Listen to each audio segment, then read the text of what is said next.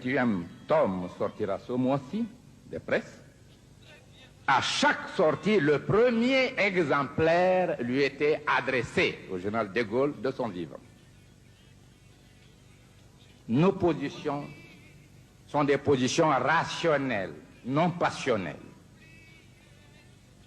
Nous pensons que la grandeur de l'homme, tout comme la grandeur d'une nation, ne saurait être exprimée valablement que par l'esprit sous-tendant ses attitudes, ses activités. Et c'est pourquoi, avec la France, nous n'avons jamais eu de rupture réelle. Il y a eu l'incompréhension, il y a eu même des animosités entre quelques groupes et nous. Mais quant au peuple français que nous connaissons, que nous admirons, il n'y a pas eu de rupture, il ne peut pas y avoir de rupture. Pourquoi? Notre fusion totale est faite dans la communauté des idéaux choisis. Et soyez sûrs que la Guinée est sans complexe. Elle a voulu faire montre de responsabilité, de dignité.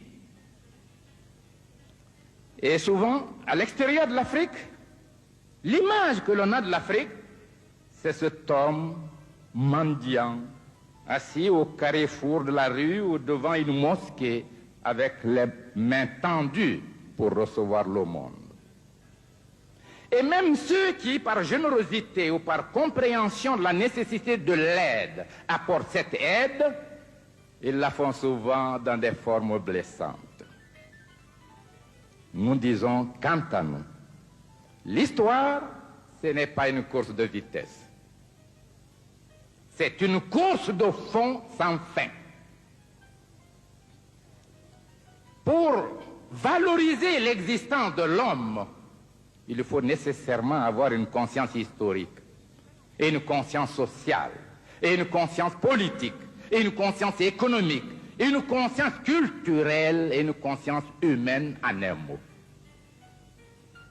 Ce n'est pas le degré de richesse ou de pauvreté qui servirait chez les hommes intelligents à sa classification, mais c'est ce qu'il aura représenté sur l'échelon universel de la pensée universelle. C'est cela qui se confondra avec lui.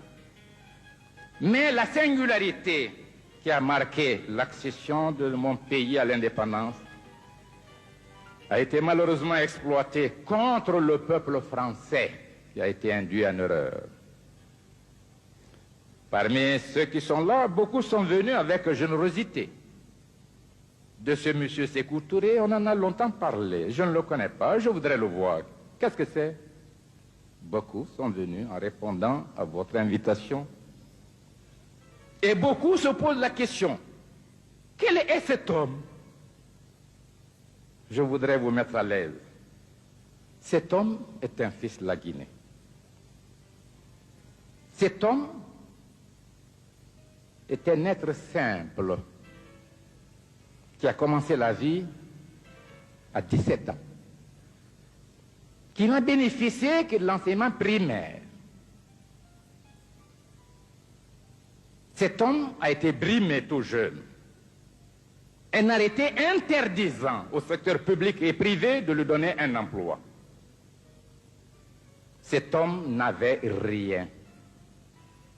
Et au moment où pour la première fois son parti, le Parti démocratique de Guinée, l'avait choisi pour être le candidat député pour le Parlement français, il lui était réclamé 5 000 francs.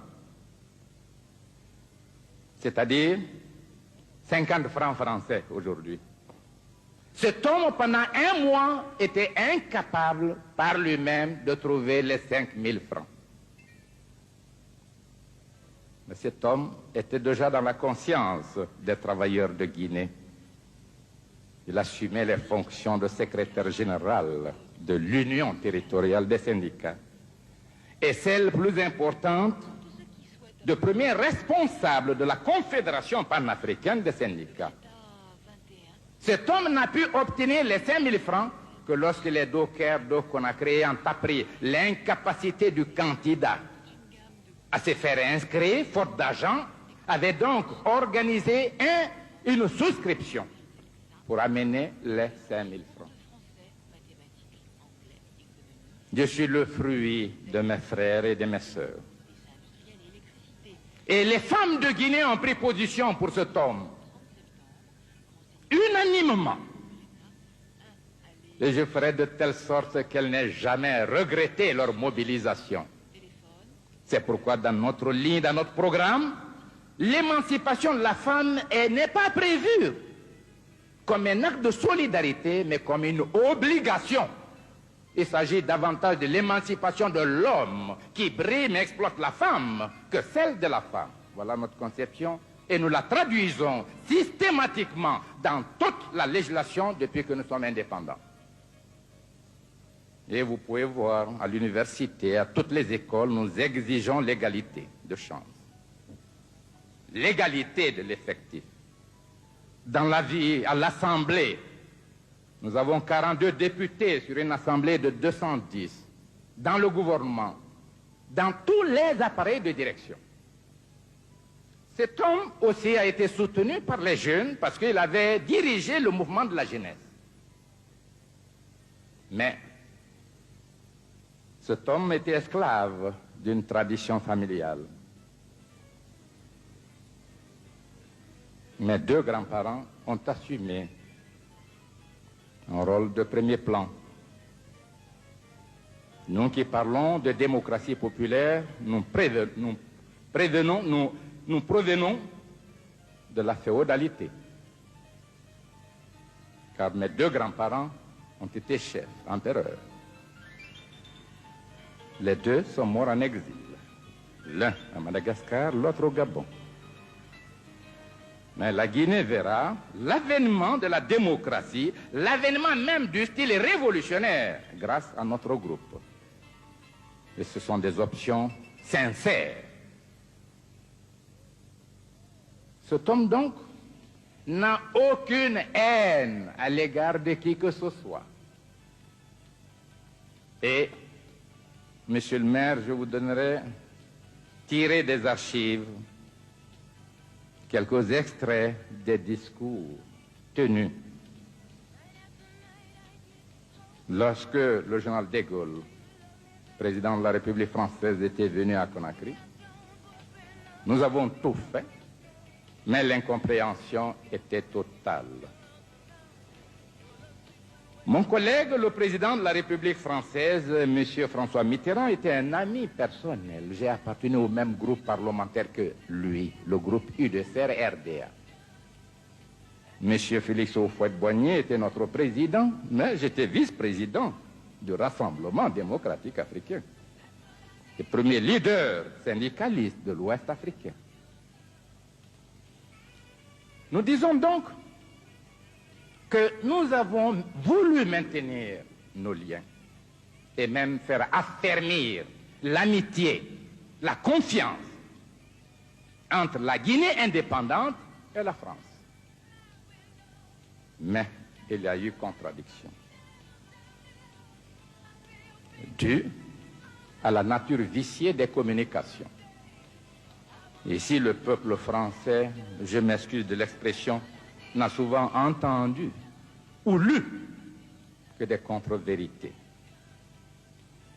Ah, si je pouvais ici être considéré comme l'homme, le militant, sur une place publique, avec n'importe quel homme, discutant devant le peuple français, de n'importe quel thème, de n'importe quel sujet, j'aurais été plus heureux.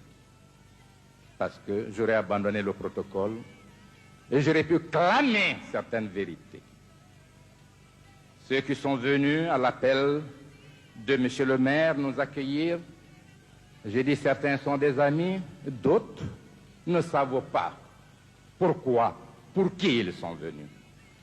Je voudrais que vous reteniez une seule image, c'est celle d'un homme sincère, un homme qui n'a pas de complexe. Un homme qui n'a aucune rancune. Un homme qui voudrait bâtir avec les Français un avenir merveilleux de coopération entre la France et son pays. Cela est sincère.